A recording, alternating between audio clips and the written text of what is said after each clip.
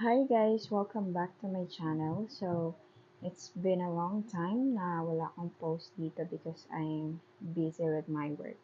So, ayun nga guys, naisipan kong gumawa ng experiment regarding sa, they call this, vitamins na meron sa bahay. So, bago ko i-take sila, naisipan kong gumawa ng experiment kung ano sa kanila yung effective based dun sa gagawin kong experiment. Okay, so, ayun, makikita naman natin kung ano yung effective. Kasi yun din yung magiging result niya sa katawan natin. Like for example, yung naging clear yung maduming tubig.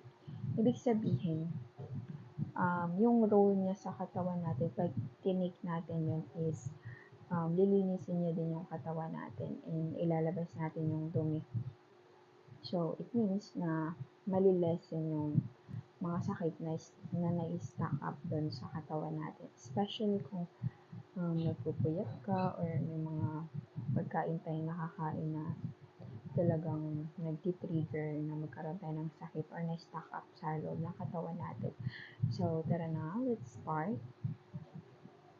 So, ito guys, meron tayong tatlong baso dito na clear. Nilagyan ko na siya ng mga names ng vitamins. So, hindi ko ipapakita sa inyo para hindi tayo maging bias. Okay, so, ipapakita ko na lang sa inyo mamaya kung ano yung nag-clear na water nung nilagay natin yung vitamins. Okay, so meron tayo ditong, nilagyan ko na yan ng tubig bawat isa, and then, lagyan na natin ng betadine each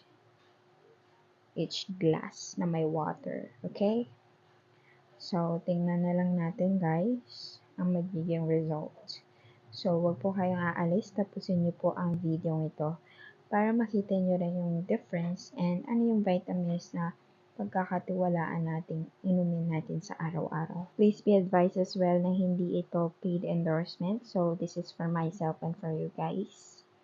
So, ayan, hinalo na namin para maging complete yung color niya sa tubig.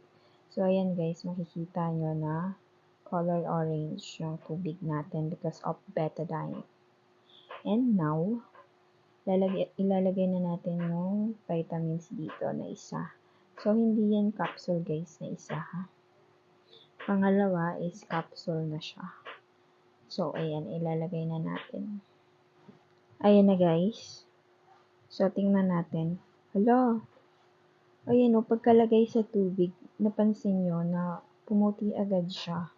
So, hindi pa siya hinahalo. Yung effect niya sa kulay ng tubig is pumuti agad. Ibig sabihin, this is effective in our body. Diba? And then, the next one is this capsule din to guys. Ibang brand. So, ayan, see? Lumilinaw din yung tubig dito. So, hindi pa yan hinahalo.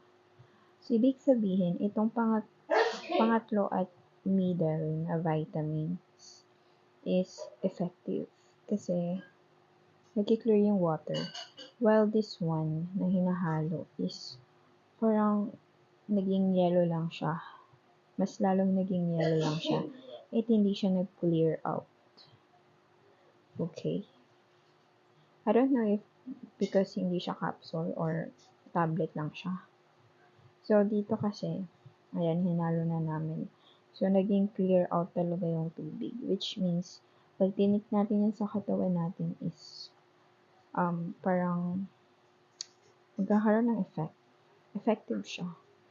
So, ito, Ultima C. And this one is, Alkaline C. So, parehas sila vitamin C. So, yan guys, it's either one of them yung gagamitin ko or iti-take ko. Kasi proven na effective siya sa katawan natin because of what happened. So, ayun lang guys, nakita nyo yung difference. So, ayun, napagtanto ko na it's either Ultima C or Alkaline C yung iti-take ko. Kasi yung Ultimacy, yun yung ginagamit ng kapatid ko. Matagal na. So, parang binibigyan niya ako nito and parang may doubt ako. So, sabi ko, alkaline C yung gusto ko. But, on this video, it proves na effective din pala yung Ultimacy. So, of, both of them. Ang hirap mag-English, B. So, yun na nga guys. So, magte-take ako ng Ultimacy or Alkaline C. So, yun lang guys. Kung meron kayong mga comments or suggestions or we call this rejection choice or masasabi sa video, just comment down below. Thank you for watching. Bye for now.